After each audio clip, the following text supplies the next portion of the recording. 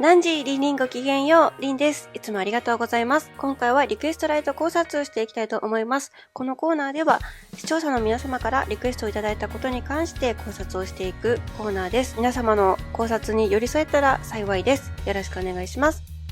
さて今回のリクエストなんですけども、リリアについてです。リリアの周りに飛んでいるコウモリなんですけども、こちらが使い魔なのかもしれないという考察ですね。非常に良き着眼点だと思いました。ではね、リリアの周りにいるコウモリは使い魔かもしれないという考察を展開していきたいと思います。まず、リリアのモチーフについて私が考えていることですけども、まず、マレフィセントを育て上げた伝説の魔女の要素に加え、戦いの前線にいたというところから、マレフィセントの手下モチーフも入っているかもしれないと思いました。それから、マレフィセントの魔法から放たれるコウモリもモチーフになっていると思います。そして、リリアのバースデーのね、ストーリーから、放任主義で子育てをしたというね、研究がありまして、遠くから見守って子育てをするというところから、もしかしたらリリアちゃんの性格とか見ると、もちろん眠れる森の美女に出てくるオーロラのお世話をする3人の妖精の要素はあると思うんですが、遠くから見守って子育てをするというところで、実写版のマレフィセントの要素ももしかしたらそこの立ち位置入ってるかもしれないとちょっと思っています。そしてね、これはちょっとコウモリちゃんについての考えなんですけども、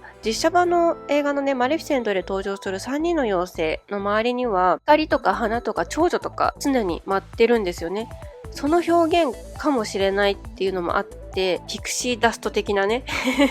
その蝶々とかじゃなくてコウモリが舞ってるっていう、その妖精、力のある妖精という意味のそういうピクシーダスト的な象徴なのかもしれないっていう考えも一個は持っています。そしてハロウィンのね、ハロウィンのカードのストーリーからなんですけども、リリアがね、ハロウィンの時に見せるパフォーマンスがめちゃくちゃ怖いと。なんか怖い顔でその周りを踊っているっていう表現があって、これがね、ファンタジアのワンシーンに似てるかもしれないと思ったんですよ。ファンタジアに、なんて言ったらいいんでしょう。ファンタジアっていうのはディズニーのアニメーションなんですけども、セリフとか言葉が一切ないアニメーションで音楽をね、奏でて、そこでアニメーションが動くっていう感じなので、その名前とかセリフとかは一切ないんですけど、そこに出てくる羽がね、コウモリっぽいギザギザな羽のなんか悪魔っぽいんですけど、そこのモチーフもあるかなってちょっと思ってます。なんかデーモンみたいな感じで、周りをね、その悪霊たちがね、取り囲んで、踊ってるわけじゃないんですけど、取り囲んでね、いろいろと騒いでいるような情景があるシーンがあるんですよね。ファンタジアからのデーモンも撮ってるのかなって思ったりはしてるんですよね。ちょっとリリアちゃん意外にいろいろと混ざってるかもしれないです。長く生きてる分。はい。そしてコウモリの動きなんですけども、魔法師の授業の時にコウモリが飛んでくるんですけど、外から飛んできてリリアの元に来て少し止まってまたどっか行くので、情報伝達のような感じもしますよね。それこそマレフィセントの使いのカラスのような役割をコウモリが使い魔として担っているという可能性もありそうですよね。と思っています。コウモリが使い魔なのではないかっていう考えは、私はすごくいい着眼点だと思っています。多分今後何か響いてきそうな気がするんですよね。もっと深掘りが必要なんですけども、リリアがもしマレフィセントの要素も持っているのであれば、髪の毛もね、なんか角みたいな感じしますよね。ぴょんぴょんって跳ねて。リリアの場合はカラスではなくコウモリを使いとしているっていうようなね、ことも考えられるかなと思ってはいます。マレフィセントのカラスは基本的に情報伝達の役割が多かったので、その情報伝達の役割をコウモリが担っているのかなっていう風な見方もできるかなと思います。はい、まだね、謎多きディアソムニアですが、引き続きね、リサーチをしています。でその中で気になっている点を少しお話しします。アニメーション映画、眠れる森の美女の中で、オーロラ姫はマレフィセントの呪いから守るために、お城から離れた森の中で、メリーウェザー、フォーナ、フローラの3人の妖精に育てられます。そして身分を隠すために、ブライアローズと名付けられます。ツイステッドテイオーズでも、オーロラローズと呼ばれ、みんなが知らない眠れる森の美女ではローズと呼ばれます。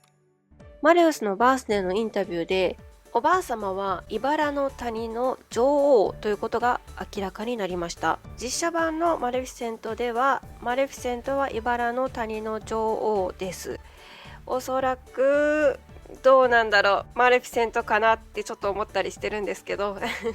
毎年お祝いでバラの花の種を送ってくださると言及しています。バラの花はディズニーの作品の中でも重要な役割を担うことが多い花です。例えば、世界を分ける境界線や呪いや魔力を宿す際に用いられたりします。みんなが知らないシリーズの塔の上のラプンツェルでは、バラは聖者と死者の世界を隔てる結界の役割をしています。マリウスの故郷にも美しいバラ園があるとのことで、何かしらの結界の役割をしていると考えられると感じています。そしてホールケーキが苦手な理由も一人には多すぎるということでした、マリウス様。生まれのせいか、他者との接触が少なかったことを示唆する描写がマリウスに多いことから、何かしら守られていたと考えることもできると思います。他者が踏み入らないように、そういった結界とかで守られた空間で過ごしているっていうことも考えられるんじゃないかなっていうふうに思っています。また、みんなが知らない美女と野獣では、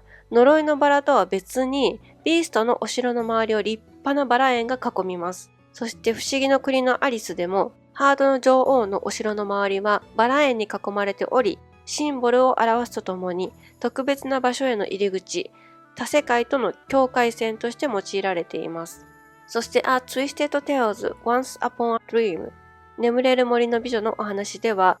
Dragon, did anyone make sure it was actually dead? ドラゴンが死んだという確信を持てる者は本当にいるの